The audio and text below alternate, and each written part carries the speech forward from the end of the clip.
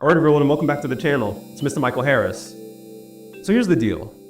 In some of my recent videos, I've explained how many open world RPGs feel like you're playing and experiencing an Isekai. But I never delved into the RPG roots of Isekai, or how Isekai gets direct influence from many open world RPGs. So today we're going to break everything down from mechanics to tropes to narrative loops, and how prominent anime and Isekai such as Sword Art Online, Log Horizon, and ReZero have been a fundamental rulebook for how these worlds operate. So let's get into it. So the core appeal of an open world RPG is the promise of player agency and progression. You start out as a nobody, and you earn your status. Isekai takes that promise and hands the protagonist the keys to the kingdom from the jump, often with a massive, overpowered cheat skill. We're going to examine 3 key areas where this borrowing is most obvious: the system, the world, and the progression loop. Let's start with the one thing every player and every protagonist obsesses over: the stats. When the Isekai protagonist looks at their status screen, they aren't just looking at the numbers. They're looking at their entire narrative potential. Why do these systems use STR, DEX, or VIT? Because they're the universal language for many RPG players. A character with high strength isn't just strong. They're often the brute force or the tank. A high dexterity character is the nimble rogue or the archer. The system gives us instant, quantifiable information on the hero's identity and power level. Just take a character like Kirito from Sword Art Online. His dual blade skill isn't just a move, it's a unique skill. The Isekai equivalent of a legendary item or a hidden quest reward. It immediately sets him apart. It's the ultimate form of a player's optimization, finding the secret build that breaks the game. But the stats are just the foundation. The real brilliance lies in the skill tree. Think about Skyrim's constellation menu. You invest points, you unlock abilities, and your character is fundamentally changed.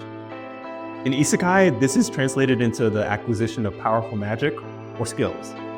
In The Rising of the Shield Hero, Naofumi is initially locked into the shield class. This is the narrative equivalent of a hard class lock with severe restrictions. His progression isn't about simply leveling up. It's about finding the hidden skill tree, the paths that allow him to integrate unique materials into his shield for new abilities.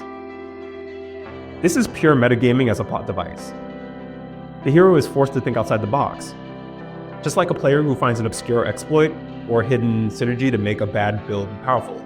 We spend 5 minutes in this act because the system is the most defining characteristic. It's the constant reminder that the rules of this world or their world are governed by game logic, which ironically makes the story feel more predictable and thus more comforting for the audience. Next up is the structure of the world itself. In games, we have factions and guilds, groups you can join to access better quests, better gear, and new story paths. In Isekai, this is perfectly replicated by the Adventurers Guild. This isn't just a building. It's a fully operational reputation system. In Log Horizon, the entire world is built around these organizational structures.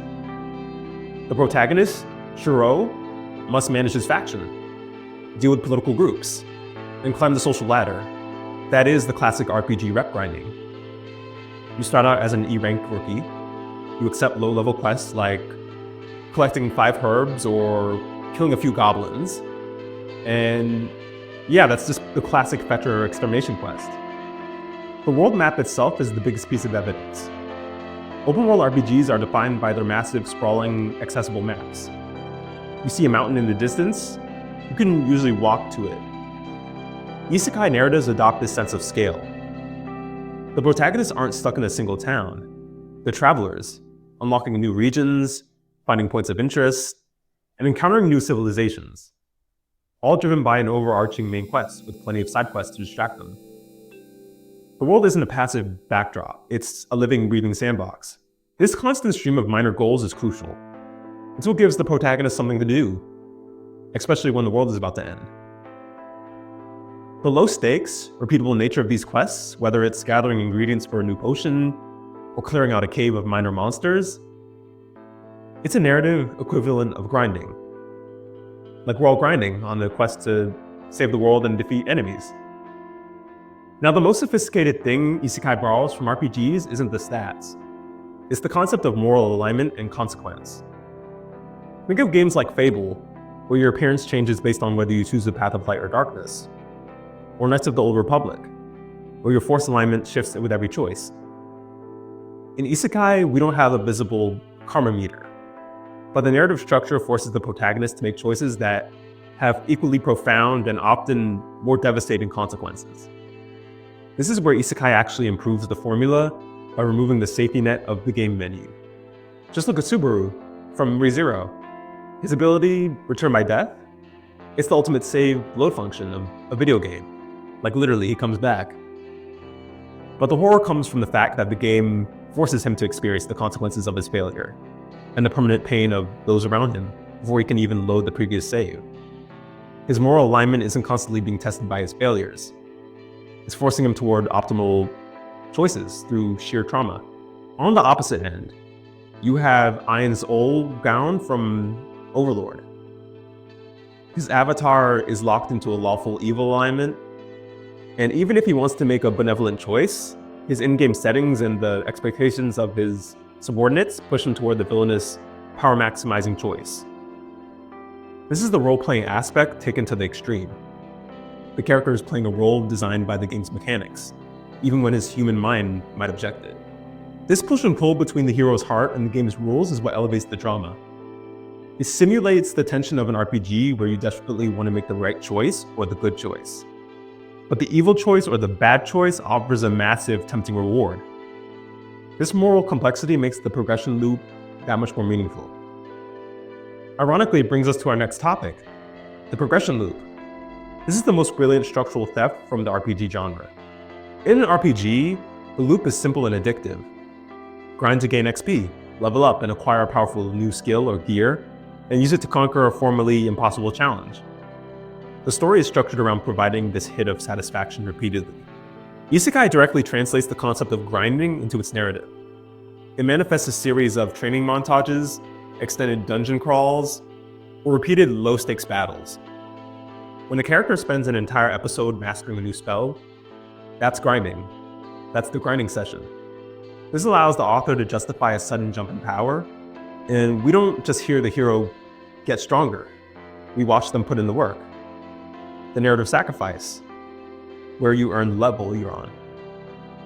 This is crucial. It makes the power fantasy feel earned, not just gifted. It provides the quantifiable evidence of effort that makes the power boost so much sweeter. And what happens after the grind? The level up and the new skill notification. This is the moment of pure endorphin release. In an RPG, unlocking a tier 3 spell or legendary weapon fundamentally changes how you play the game. Isekai narratives capture this moment perfectly. Take Rimuru from That Time I Got Reincarnated as a Slime. His evolution isn't just a plot point. It's a class change and a massive patch update, rolled into one scene. He literally acquires a whole new set of high-tier skills and stats. The audience knows based on years of playing games. This moment means the protagonist is about to utterly dominate the next challenge. This visible, quantifiable increase, whether it's seeing the number HP double or unlocking a skill with fancy all caps name, it's the genre's master stroke. It satisfies the gamer's desire for visible progression. Finally, the loop closes with conquering the challenge. The protagonist takes the power they just earned, the new level, the new skill, and applies it to a problem that was formerly unreachable. This is the boss fight. It may be a major monster, a rival adventurer, or a complex political barrier. The satisfaction comes from knowing exactly why they won. They invested the time in the progression loop, they grounded for it, they leveled up for it, and now they get the reward. The Isekai progression loop, therefore, is a guaranteed success because it taps into the deep psychological reward system we've all built from thousands of hours spent playing our favorite RPGs, and it's predictable, it's satisfying, and it's indefinitely replayable. So what we've established is that Isekai narratives aren't just fantasy stories. The story is structurally built on the design documents of open world RPGs. They give us the unrestricted map of the sandbox, the complex social hierarchy of the faction system, and the satisfying pacing of the main quests filtered through endless side quests. The beauty of this borrowing is that the audience already knows the rules. We understand leveling up, we understand questing. This familiarity creates a deep, comparable, and accessible escapism. allowing the viewer to instantly project themselves into the protagonist's shoes and experience the ultimate power fantasy. But Isekai makes one crucial change. It removes the reset button. Unlike a video game where you can load a save, Isekai protagonists face permanent consequences. The genre takes the satisfying mechanics of an RPG and applies the terrifying emotional weight of a character's true death and suffering.